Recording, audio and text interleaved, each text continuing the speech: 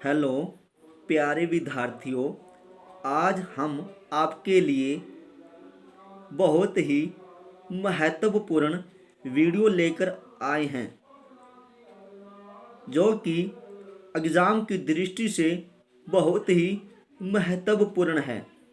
आज का हमारा प्रश्न है, फ्रांस की क्रांति की शुरुआत किन परिस्थितियों में हुई, अथवा फ्रांस की क्रांति के लिए उत्तरदायी परिस्थितियों का वर्णन कीजिए।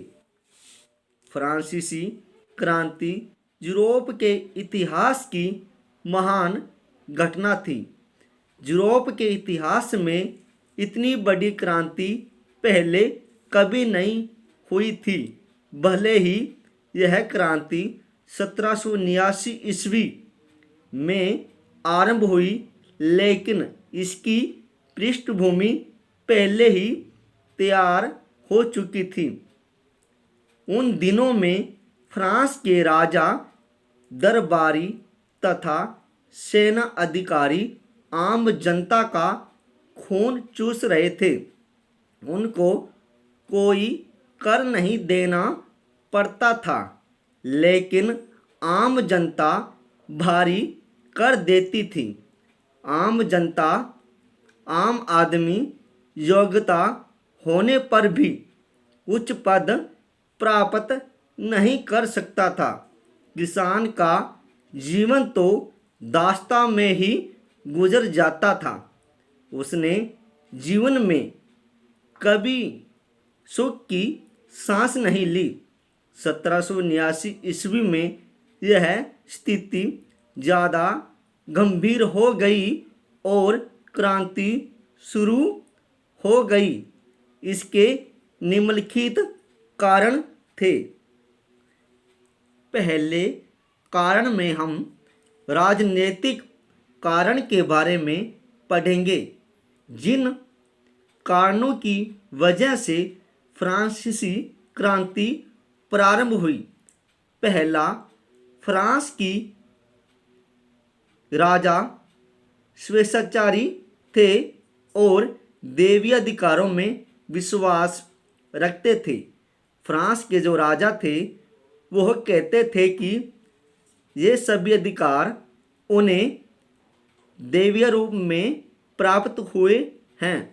उनकी इच्छा ही अंतिम निर्णय होता था। उनकी इच्छा ही कानून थी।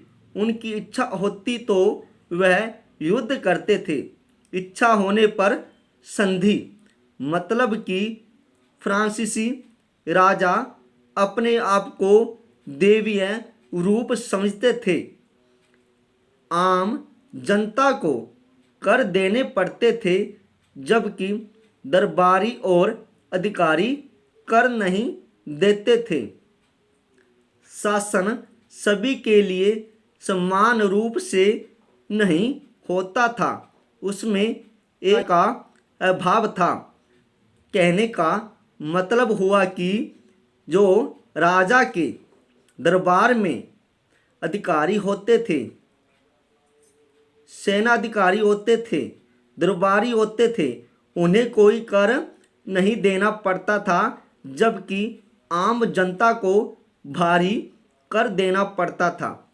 राज्य के सैनिक तथा अन्य पद पैतृक थे तथा उन्हें बेचा भी जा सकता था।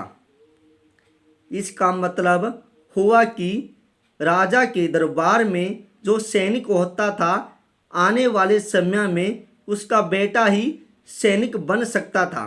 राजा के दरबार में जो कोई अधिकारी पद पर रहता था, आने वाले समय में वही पद उसके बेटे को मिल जाता था।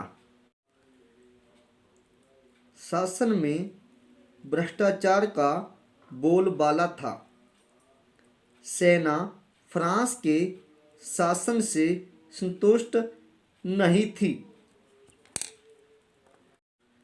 सामाजिक कारण, फ्रांस में मुख्य 3 वर्ग थे: उच्च वर्ग, मध्यम वर्ग, निम्न वर्ग। उच्च वर्ग में राजा, दरबारी, सामंत तथा पादरी आते थे। इन्हें कर नहीं देना पड़ता था। अयोग्य होने पर भी यह उच्च पदों पर होते थे। मध्यम वर्ग में वकील, डॉक्टर तथा शिक्षक आते थे।